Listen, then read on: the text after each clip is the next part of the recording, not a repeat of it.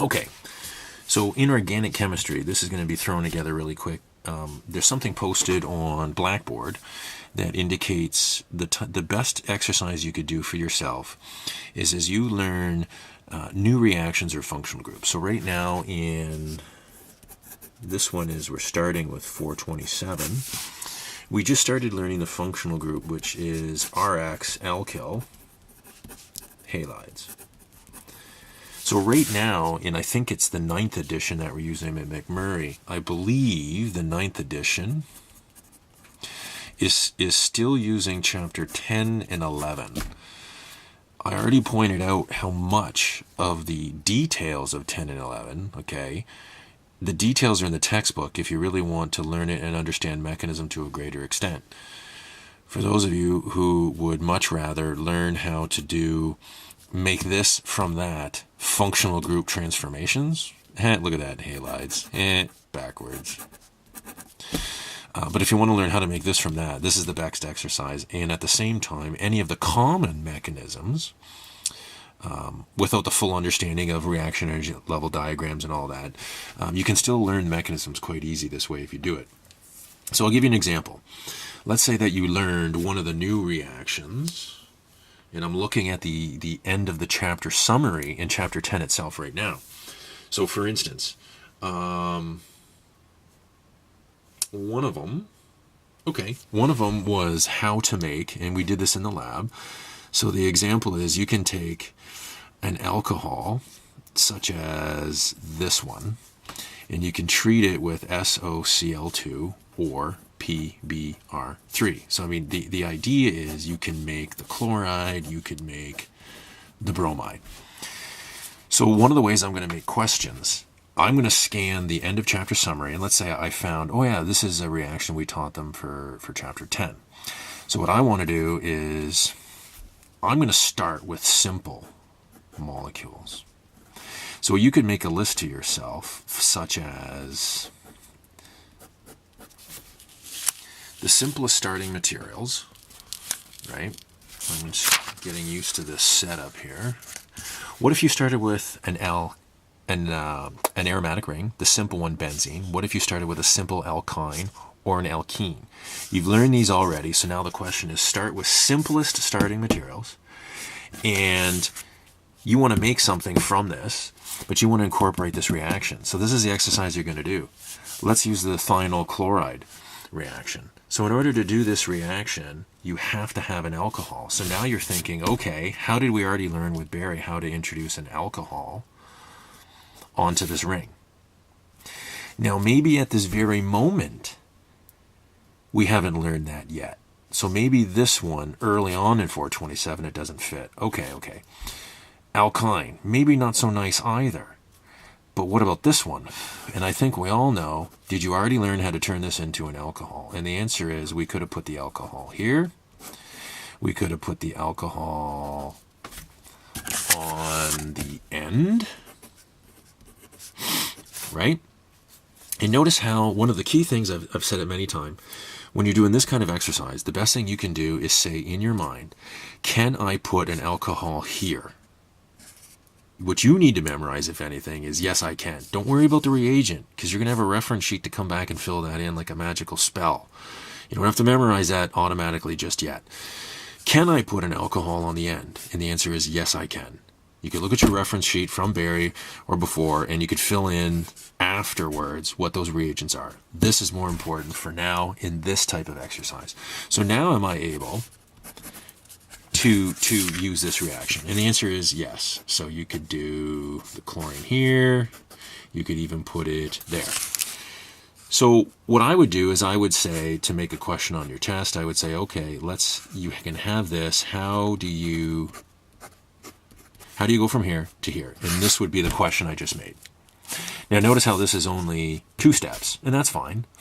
But you see where we're going with this. You're going to practice this yourself. And then what you're going to do, if you have the time, is you're going to do the mechanism for this one. So even if you were to add, water and some acid, you could do the classic mechanism and on and on. So any of the mechanisms, once you've done this, the second thing, if you want to do it, is say, okay, what's the mechanism for this? What's the thionyl chloride mechanism? Any of the mechanisms that McMurray does a beautiful job color coding and showing the mechanism for, you are responsible for those at the end. So let's just take a quick peek at what's coming very shortly. What if I wanted to try that chapter 10 one, right, on benzene ring? Well, I can show you one of the things, and you're going to learn this before 427 is done. So this is jumping ahead just a little bit, but just to demonstrate what I would do for your exam, I know that you could put on, for instance, something like that. And we already know you learned this step with Barry, for sure, organic one. What you're going to learn, and I think it's coming up in the lab, you can reduce this. You can change this group to an alcohol. Right? Just like that. So now, starting with benzene, can I use one of these chapter 10 reactions that I'm studying at the moment? Yes, you can. You can phenyl chloride it, and you could put chlorine or bromine there. So now guess what this one would look like? On your test or something like that, it would be, how do you make this from that? That's the question. That's the answer. You need to practice as many of these as you possibly can. Now, as far as the alkyne, let's just go ahead and do that one. For the alkyne, one of the things you're going to say to yourself is, we just seen that I need an alcohol in order to use phenyl chloride or tribromophosphine, right? So you remember, okay, in chemistry 325, did we or did we not learn and number these 1, 2, 3, 4? So I know I'm going to have 4 carbons. I could put the carbonyl here, making the aldehyde, or I could put it here. So notice how I'm not worrying about the reagent. I'm thinking of, is it true that I'd have 4 carbons? So I could elect to have carbon 1 there, 2, 3, 4. And then the other way I could have done this is to put it here on carbon 2. Ketone, aldehyde. You already learned this, and we already just learned, and it's coming shortly. Can I change a carbonyl into an alcohol? And the answer is yes, you can. So this one could turn into that alcohol, and this one could turn into this alcohol. What started this? You were reviewing the end of chapter 10 and 11. You spied one of the new reactions you learned was using these reagents on an alcohol. So then you said to yourself, I'm going to start looking at some of the simplest functional groups I've already learned, starting with this. What do I have to do to them to put this reaction in the sequence? Well, here we are. So now you can treat this with what we've just learned, and you can turn that into the chlorine or the bromine, and this one, of course. So now you got two questions. So if I'm making your test, I could say, I could ask, how do you make this from that? Or,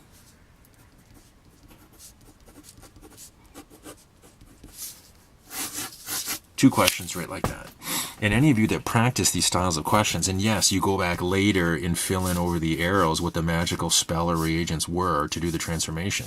But this exercise is all about you building confidence, simply just knowing by looking at it.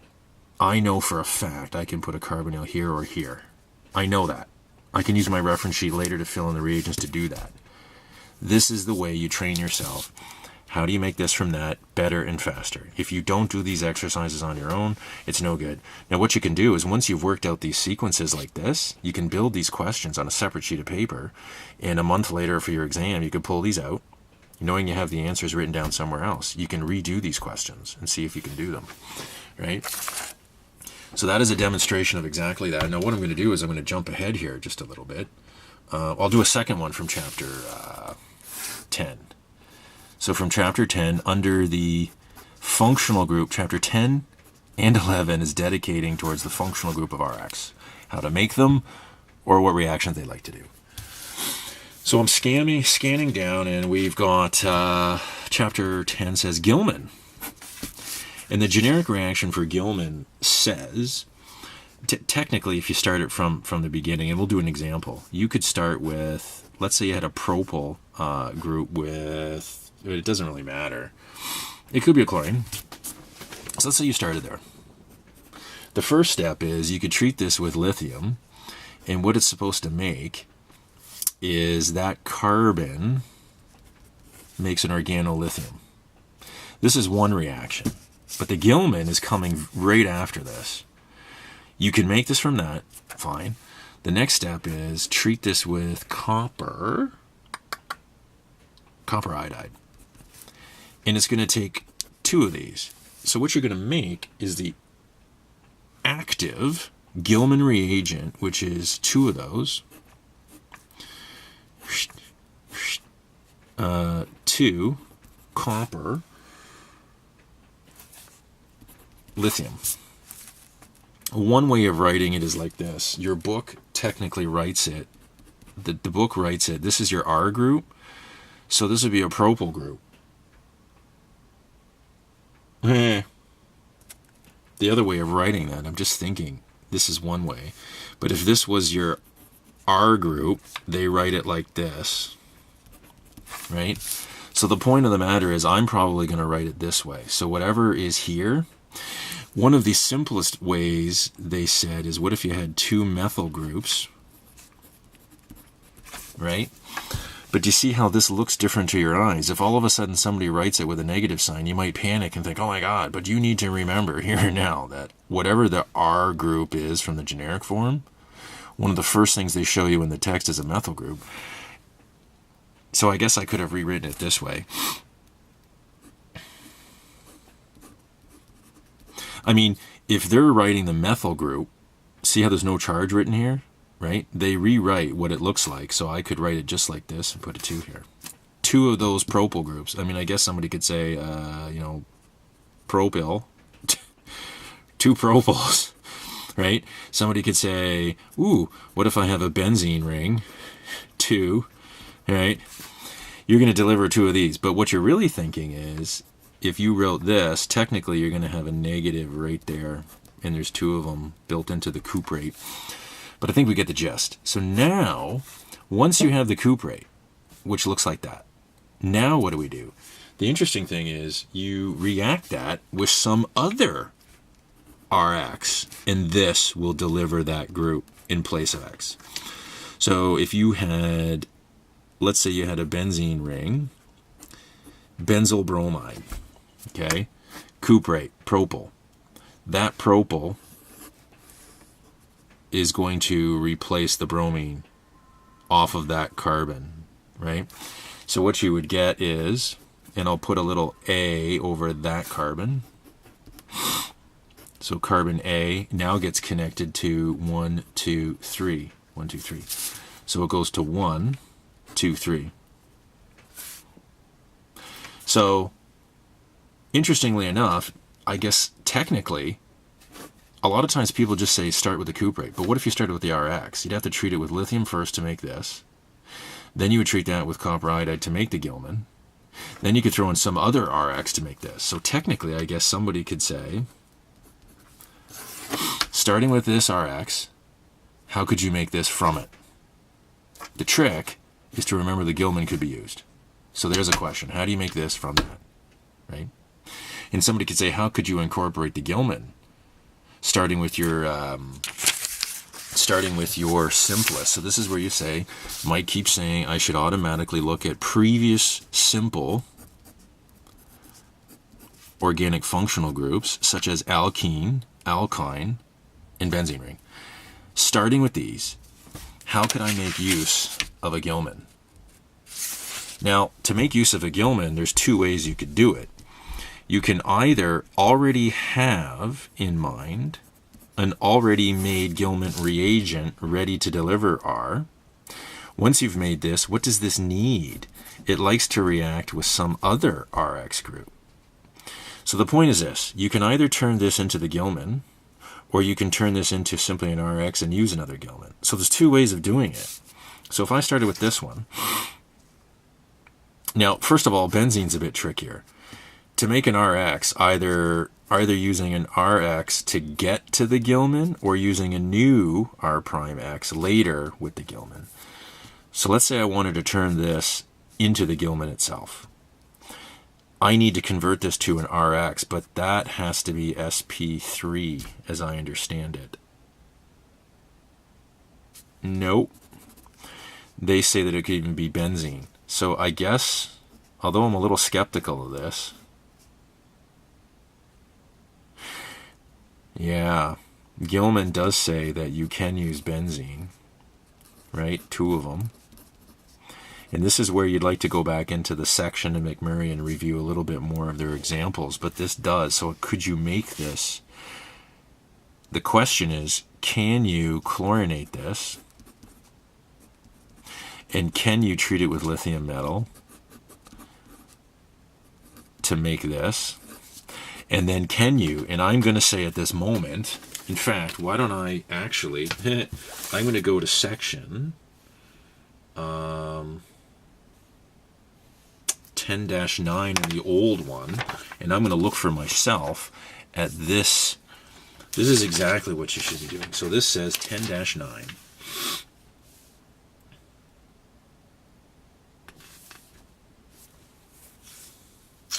Alkyl lithiums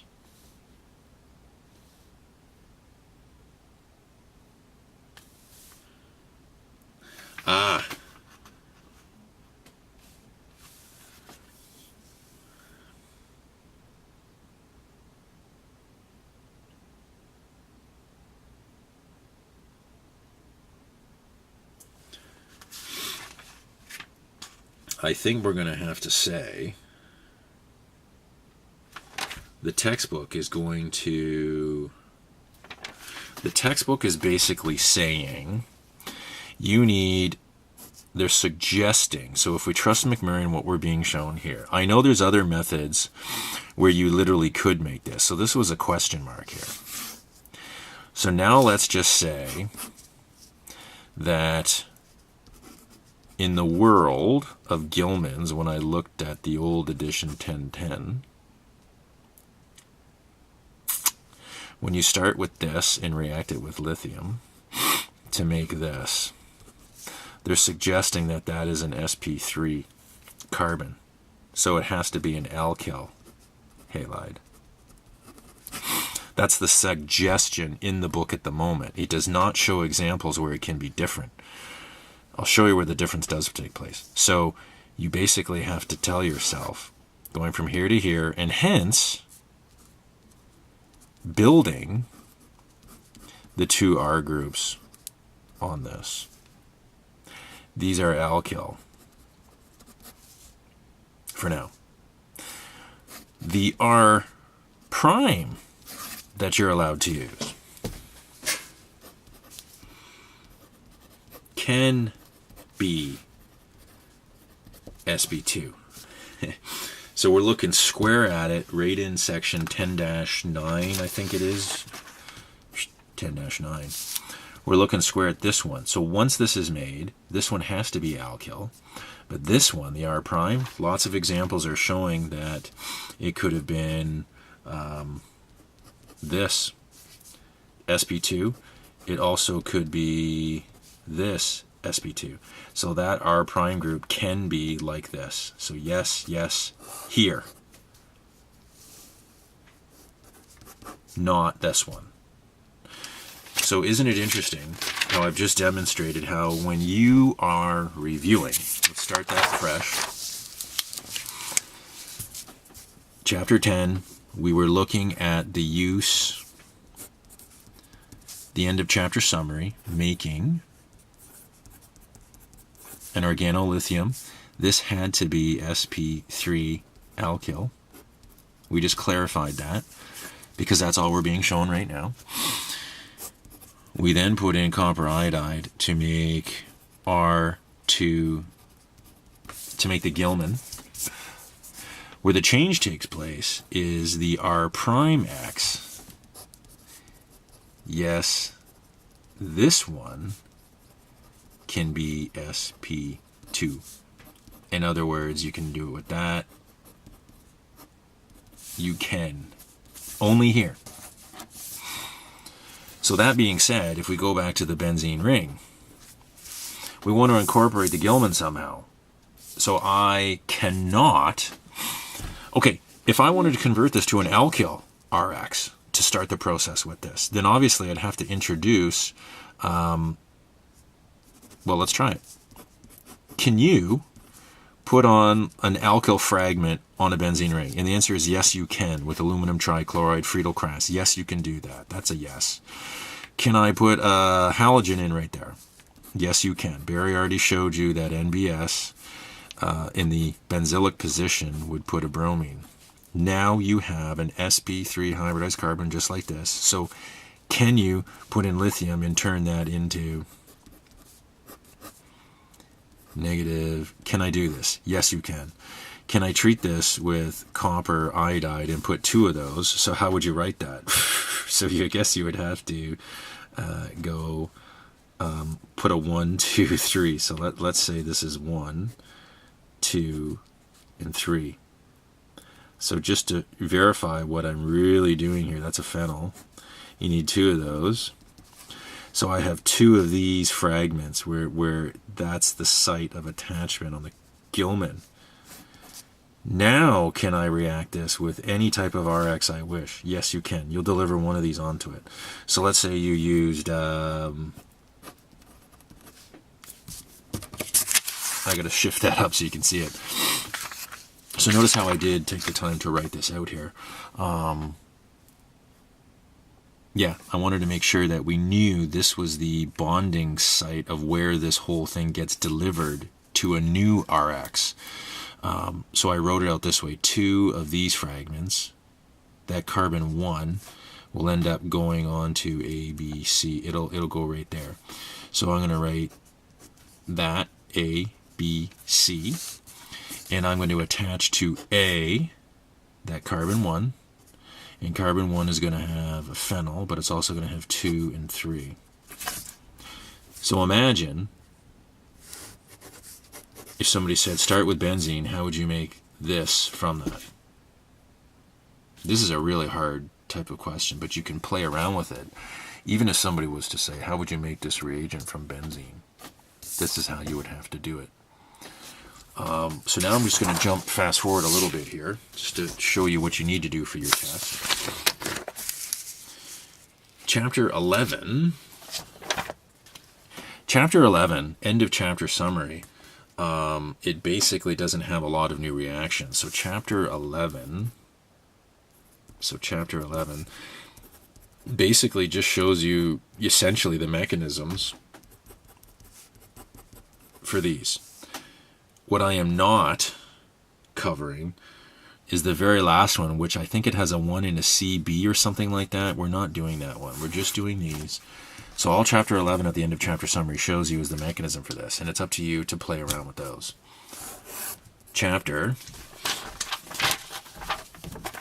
The alcohol chapter, which is chapter 17, at least in the older edition I'm looking at the moment, chapter 17, alcohol. So chapter 17 and 18, chapter 17 is the bigger one. So when you go to the end of the chapter summary, there's a long list of stuff. Many of them you've already seen. But what you're going to get introduced to right away is the idea of how carbonyls can be converted into alcohols and back again. You're even going to be introduced to how an ester can be converted. If I call that A and B, you're going to see how that can be converted to that. You're going to be shown how acids can end up as an alcohol, and going back is possible. Do you have any idea how many reactions this automatically opens up, like the floodgates have been opened? So all you have to do is take a quick look at chapter 17 and you say, oh my god, there's a long list of reactions, many of which I've already seen, but it re-summarizes them. So let me just demonstrate what you should be already starting for functional group transformation.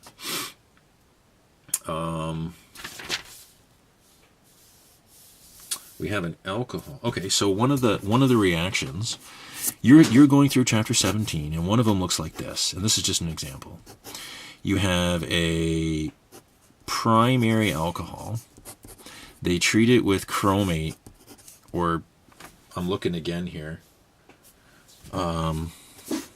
I'll show both. PCC, but the latest one, I believe they also say Des Martin. If you treat a primary alcohol with this one, or they wrote Jones, you get carboxylic acid. 1, 2, 3, 4. 1, 2, 3, 4. If you use PCC or Des Martin, I think your later editions will use this instead of that, but either one, it stops it at the aldehyde stage. Significant difference, because the types of reactions an aldehyde can do are very, very different than those that an acid can do. So this is very important and key, that a lot of times making an aldehyde. So right away you're saying, what if I wanted to study this, the way Mike's babbling about? So again, you say, okay, I'm supposed to go home tonight. I learned a new reaction, which is the end of chapter 17. I'm supposed to say, okay, starting with the simplest functional groups, we've already learned with Barry: aromatic, alkene, alkyne. How would I demonstrate this PCC one? Well, I need an alcohol because it stops it at the aldehyde stage. So why don't we start with this one? Why not? I think we already know you could put the alcohol here or here. In order to have an aldehyde, what if somebody put the alcohol here in the middle? You try and use this. Do you see how it has to be on the end? So you can't use this one, so that's no good. And you say, what I was supposed to do is make the alcohol go to the end. Now I'm ready to use the PCC or Des Martin, and I would. So in other words, starting with this on your test, how do you make this one? If you want to do this one, this is a bit trickier. What's kind of ironic is, in order to make use of this reaction to make the aldehyde, this is the reaction you're studying. You need an alcohol. So I'm trying to go back to the alkyne chapter. So I'm looking in McMurray and I'm thinking, what chapter was alkynes? I believe it was chapter 8. So I turn there and I say to myself, can I turn this into an alcohol in one step? So I'm looking through, because I don't remember that we can. Yeah, and it turns out that we cannot do it in one single step. What you can do, for example, is you, just like we already demonstrated, you can turn that into the aldehyde. Right? So A, B, C, D. So if someone's forcing me to if the question said, turn this into something that lets you do this reaction, just for an exercise, well then I would have to reduce this. You'll learn in chapter 17 you can reduce this. Yes, you can do this. So now you're going to put it back using PCC. Right? What will be a better question, so this was meant to show you how to force myself to use the alkyne and use the Des Martin PCC. I have to turn this into an alcohol in the end. So the easiest way I could find is to put it to the aldehyde and then reduce it and then put it back. If I was making a test question, regardless of this, I could simply say, starting with this, how do you make that? You would have to put it to this first and then that. So you can see how playing with these permutations, you get better and better at handling functional group transformations. So that's what you have to practice, using your end of chapter summaries.